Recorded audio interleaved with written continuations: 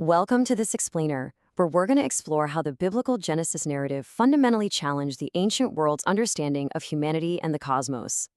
Okay, let's dive right into this fascinating idea. When most of us read the Genesis creation story today, we tend to view it through a distinctly modern lens, right?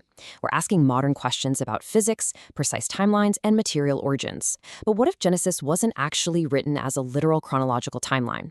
What if instead it's a carefully structured literary masterpiece designed to absolutely debunk the myths of neighboring ancient empires? What if it is at its core a radical, polemical response to the worldview of its day? Well, that is exactly what we're going to uncover. Here's our roadmap for today. We'll be looking at the ancient worldview, the clash of cosmologies, forming and filling, royal vice-regents, and finally, the cosmic temple. Section 1, the ancient worldview, bringing order to chaos. To really grasp what Genesis is doing, we first have to understand how ancient Near Eastern cultures viewed the origins of the universe, because it is incredibly different from how we think today. Our sources show that ancient texts didn't really focus on creating matter from absolute nothingness, a concept scholars call creato ex nihilo. The ancient Egyptians, Sumerians, and Babylonians just didn't have a concept of matter in the Greek sense. Instead, for them, creation meant bringing divine order to a chaotic, watery, primeval state. It was all about assigning roles and functions to things that were formless and void and organizing them into a working system. And this comparative analysis by academics like Professor Zoxa really hits the nail on the head for our explainer today. They are comparing the biblical text with the Babylonian creation epic, known as the Enuma Elish, which dates all the way back to the 12th century BCE. By looking at these texts side by side, we can start to see that they share a common cultural vocabulary. I mean, they both start with chaotic primordial waters, but the theological messages they are sending, they are literally universes apart. Which brings us to Section 2, Clash of Cosmologies, Enuma Elish versus Genesis. This really highlights Genesis as a radical, polemical response to those violent Mesopotamian myths. Just notice the dramatic contrast in how creation actually happens. In the Babylonian myth, it's a story of divine warfare.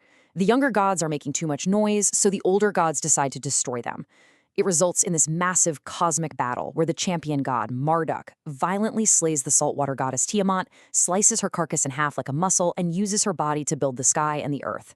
It is bloody, it's chaotic, and it's born out of intense conflict. Now look at Genesis. There's no cosmic war. There's zero resistance. The monotheistic God is utterly sovereign. He simply speaks, and the chaotic waters calmly part to form the sky and the seas.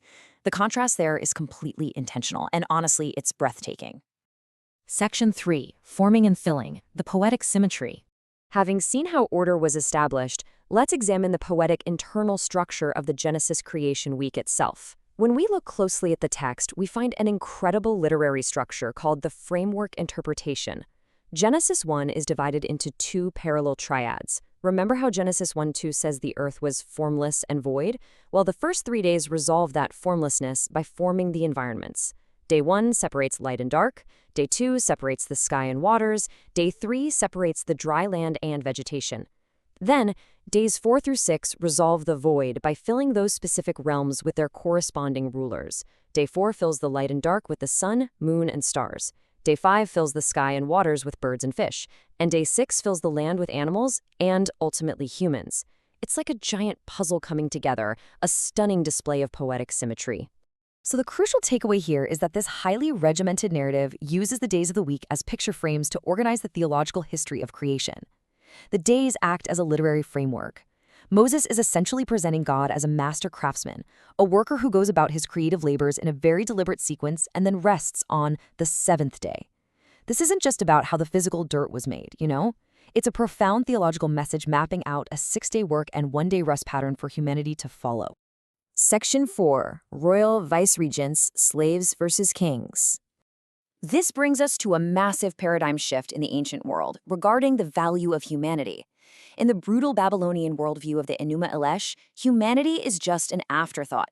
The gods are tired of working and maintaining the universe, so they execute a rebel god named Kingu, chop his blood vessels, and literally create mankind from his blood. The text calls humans savages whose sole purpose is to be slaves, doing the universe's chores so the gods can relax and throw banquets.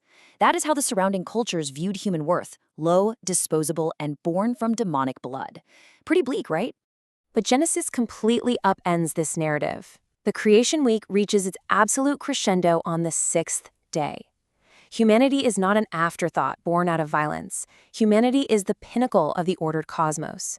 God doesn't create humans to relieve him of his chores. He creates them with immense inherent dignity, purposefully shaping them in his own image and likeness. Talk about a real game changer. And this is exactly where we have to understand the ancient context of that famous phrase, image of God. In the ancient Near East, kings would place statues, literal images of themselves, in the far reaches of their territories to represent their authority where they weren't physically present. Far from being created as savage slaves, humans are defined in Genesis as royal vice-regents. We're given a priestly and kingly role to rule, subdue, and care for the newly ordered earth on God's behalf. We aren't doing God's chores because he's tired. We are elevated to royalty to steward his masterpiece. And finally, Section 5, the Cosmic Temple, the grand finale. This leads us right to the ultimate climax, where the entire architectural vision comes into focus. The seventh day breaks that poetic pattern of forming and filling that we just talked about. Noticeably, it lacks the concluding phrase, and there was evening and there was morning. It stands entirely apart. It actually has no end. It is the eternal goal of creation. Genesis says that on the seventh day, God rested. But God doesn't rest on the seventh day because he's taking a nap or because he's tired.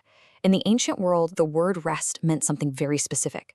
A deity rests when a cosmic crisis has been resolved, when stability and order are completely achieved, and when they formally take up residence in their newly completed palace or temple to begin their sovereign rule. Both Enuma Elish and Genesis actually utilize this shared ancient understanding.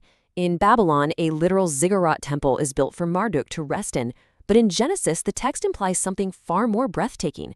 The ordered universe itself, and specifically the Garden of Eden, functions as a magnificent, sacred sanctuary. The cosmos is the temple where God dwells. He ceases his creative work to take his throne within the universe he just perfectly ordered. The whole creation is his sanctuary. I'll leave you with this final thought from our explainer today. If we view the cosmos not just as random matter, but as a sacred space, a divine temple, and if we understand that we were commissioned not as disposable slaves, but as royal vice-regents to steward it, what is our responsibility to this world right now? How does that change the way you view your work, your environment, and your own inherent dignity? Thanks for joining me on this explainer. Keep asking those big questions and keep learning.